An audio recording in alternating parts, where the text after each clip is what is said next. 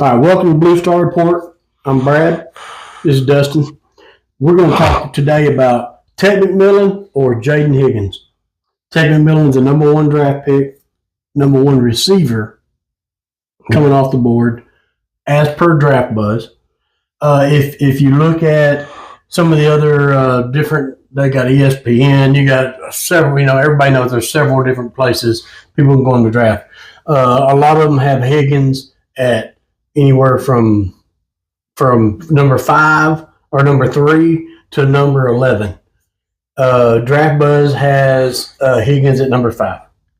Okay, so we have to pick one and go with it. Yeah, you know what I'm saying. We can't just sit here and this or that. Okay, we're going with Draft Buzz, and this is what we're going with. So, like I just said, Draft Buzz has Tet at number 1 receiver and Higgins at number 5. Okay. And we are trying to determine whether or not the Cowboys would be smart in taking McMillian at number 12 if he's available, or taking a running back at 12, probably Genty, and taking Higgins in the second round. Okay. Like I just said, they got McMillian going in the first round, and they got Higgins going in late second. Yeah. A lot of the draft scenarios have Higgins going in the late second. Oh. So we want to start off. We're going to compare these two guys. Yeah. Okay. Yeah. And I'm going to be honest with you. I like Higgins. Yeah. I would almost rather go Higgins in the second round and get a number. These stats we put out on you. After what we're about to show you, you're probably going to think about the same thing. Yeah. Okay? So we're going to jump right straight into this to make this a somewhat short video. So we're going to start off with Tet McMillian. He is the 6'5", depending on who you ask. Yeah. Because some of the places have him listed at 6'4". So we don't really know 100%. Is he 6'4" or is he 6'5"? Okay, he is 212 pounds. That's pretty accurate across the board. And he runs a 4.55 40. 4.55. 4.55. Well, Jayden Higgins is 6'4", 216, and he runs a 4.47. 4.47.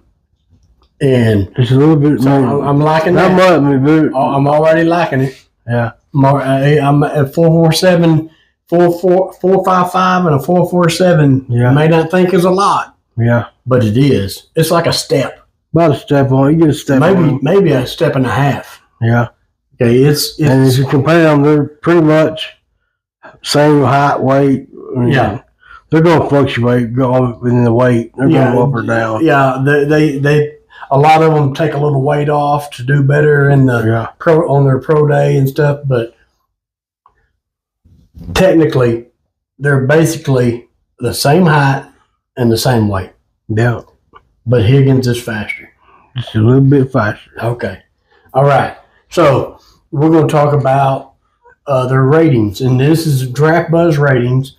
Draft Buzz ratings, they rate off of actual game, what they see in games, and what they've done in their either pro day or their their combine. Or the combine. Okay, so but a lot of it has to do with what they've done that year. In their game, real games. So in the ratings, Tet McMillian is rated in his hands, and hands are ability to catch. How well he catches is 76%. I'm going to have all this stuff. You're going to see it when I'm talking about it. It's going to pop up so you can actually read it for yourself. His ratings are in his hands are 76% in hands. His short receiving routes, 85%. Intermediate routes, 92%. His deep threat is also 92%. And his ability to block is 59%. Not bad. Not bad. Not obvious. I mean, number one receiver off the board. Number one receiver off the board. That's got to mean something, right? Yeah. Those numbers got to mean something. But listen to Higgins' you got ratings. His hands rating is a 94%. 94. And out of 350 passes, he only dropped 3% of those passes. And that's outstanding. Yes, it is. And his short routes, he had a 94%. 94% shorts. His mid routes, a 98. That's almost perfect, almost. If you go by ratings. Pretty close. And deep threat, a 96. And blocking, a 63. Every single one, he's better than. Every single rating. And which shocks me is how is Tet McMillian rated the first receiver off the board by Draft Buzz when every single rating, every one of every single category, every single rating, Higgins is better. That's crazy. I don't understand that. I don't either. Maybe there's somebody ought to think about it. Yeah. I don't know. All right. So we're going to go into their stats for the year. Okay. I'm going to talk about McMillian's stats, what he had in 2024. So in 2023. 2023. No, 2024. 20, yeah. Yeah, 2020. I'm losing myself here. Yeah. In 2024, last year, let me put it that way. Last year, McMillian had 84 catches for 1,319 yards. That's what he had last year. The next guy behind him on that team, so the next receiver behind him, had 35 receptions for 323 yards. Yeah. That is a enormous gap between McMillian and the number 2 receiver. Yeah. Okay? Yeah. And Higgins' stats last year, he had 87 catches for 1,183. And the guy behind him, Jayden Noel, had he's number 7 rated receiver out in the draft. He had 80 catches for 1,194. Yeah. So basically, on the same team. Yeah. On the same team. 2,000-yard receivers. You had 2 1,000-plus yard receivers. You have Jayden Higgins, and Jayden Noel. Yep. Jayden Noel by Draft Buzz is the number 7 receiver. Yep. Okay. And this is kind of where I start trying to think and put a lot of thought into this. If Jayden Higgins had a receiver that wasn't such competition to him, if he had a 35 or a 40 reception receiver as McMillian did, what would his stats be?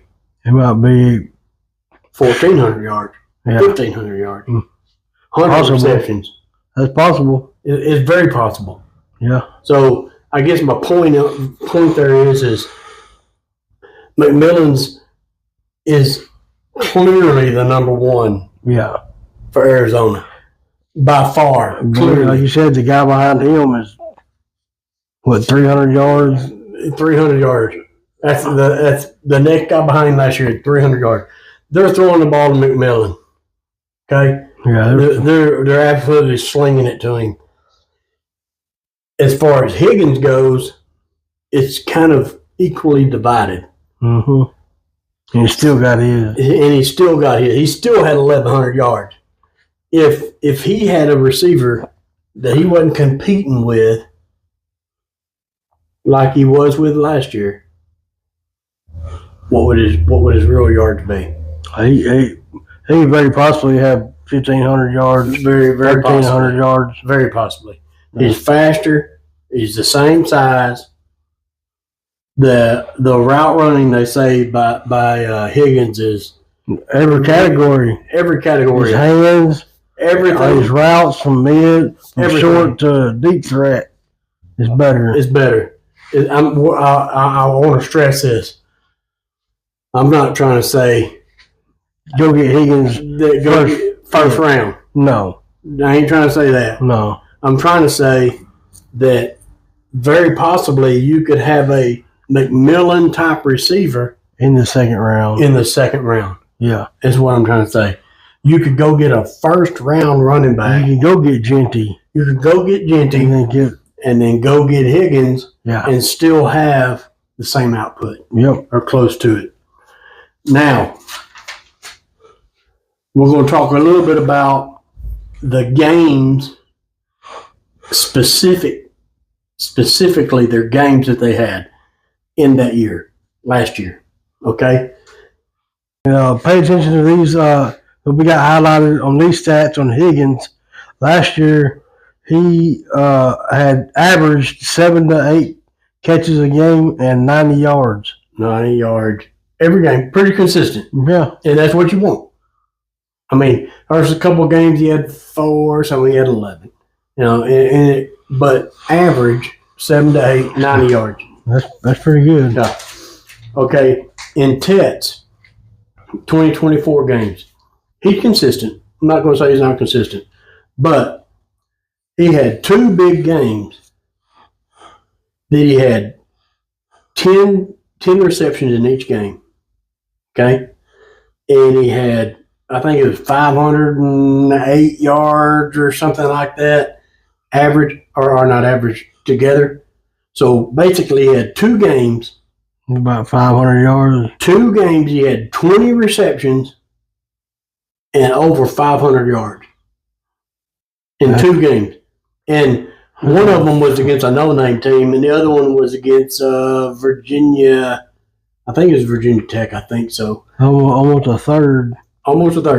So you take those 500 yards off, or don't take them completely off. No. If you just drop them down to an average, okay, say 7 and 7 catches, that's 6 catches off, and you take 500 yards and you put him at 100 and 100, 100, 150, let's say. So you take 250 yards off of his, he's down to just over 1,000 yards receiving and like 68 receptions for the year. Okay, which is huge. Yeah. 2 games, that's huge. Yeah. Big time. Now, so I got to noticing, there's 1 game on last year. He had 3 receptions. 1 game. I'm like, and it was against a no-name team. It was University of Northern Arizona, I think. It's UNA or something like that. Okay. So I was like, how did they hold him to 3 receptions? Yeah. So then I kind of started looking at some of the past years. Probably a D2 school. No, they're D1. Oh, they are? Yeah, they're just like, I guess a small D1. Okay. So then I looked at his 2023 stats. And guess what?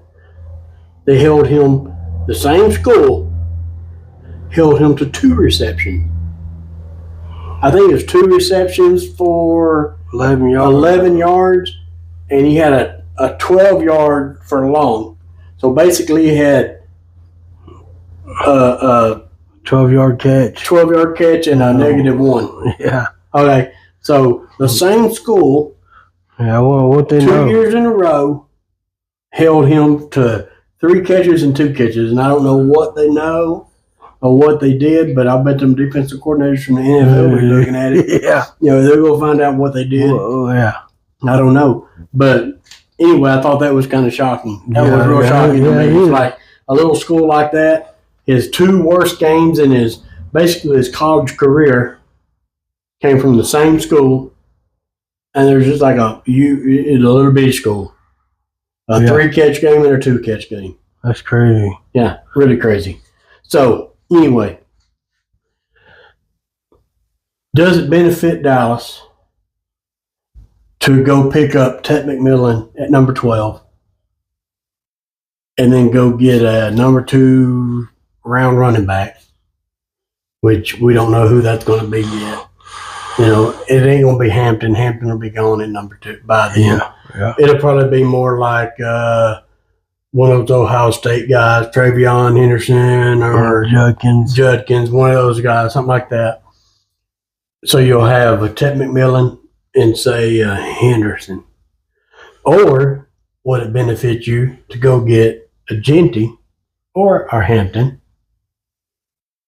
and wait till the second round and see if you can pick up Higgins, a Jayden Higgins, which we just went through it. Stat wise, we just went through it. We went through all of it. Yeah. If you go through the stuff, he's got better hands, he's got better long game, he's got better mid game. Right he's runner. Faster. He's the same size. Everything. Yeah. Everything's the same. Or I wouldn't say the same. If you look at it, he's better. His ratings are better. He's the same size. So if you're looking for a big receiver, which I think we need, I think we do. Yeah.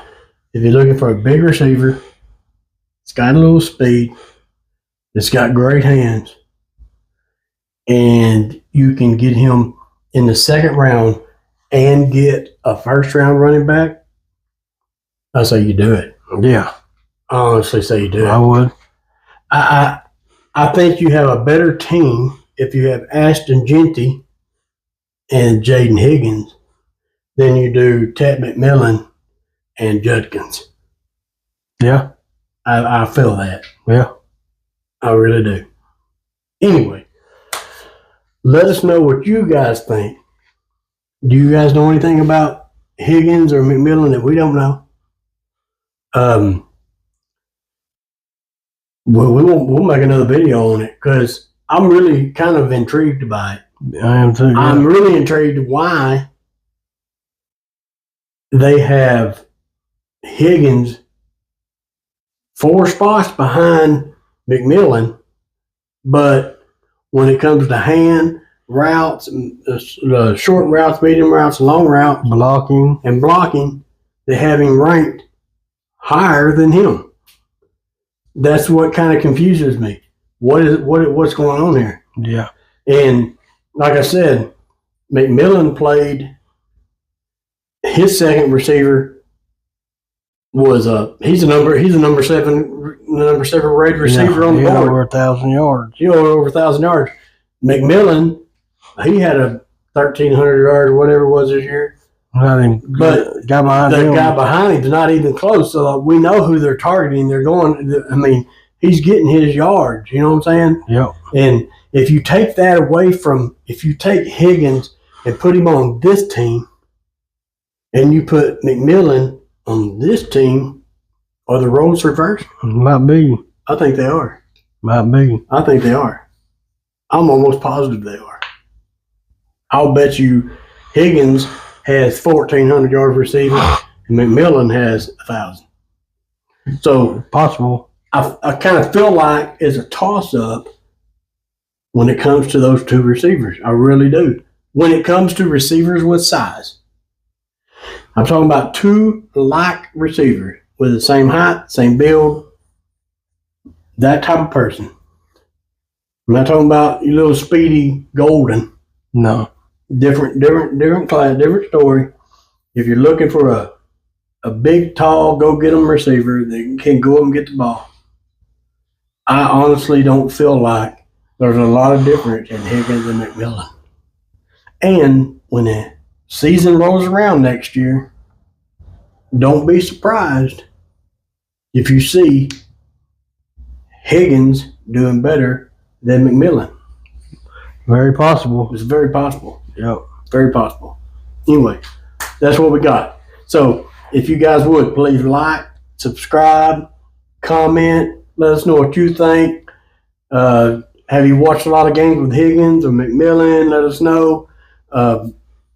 We'll dive deeper into it because I'm really intrigued by it. Yeah. Seriously, intrigued by it. So anyway, like, subscribe, comment, and we're going to be coming this week with another video either about Dak Prescott, which I've been digging some information about him. Got some kind of cool information that people might look at and go, oh, that's intriguing. and also a return of our last video of late round draft picks and sleepers, of how Dallas's team has a lot of late round draft picks in it. So we wanted to dig into our late round picks, and I've got about 8 of them, I think, right now that we've looked into that might be pretty good picks for late in the round that might be able to do some damage to a starting team in the NFL. Yeah. So that's also coming. So one of those 2 videos, we don't know which one's coming first, but one of them is. But anyway, like, subscribe, comment, and we'll see you guys again later in this week.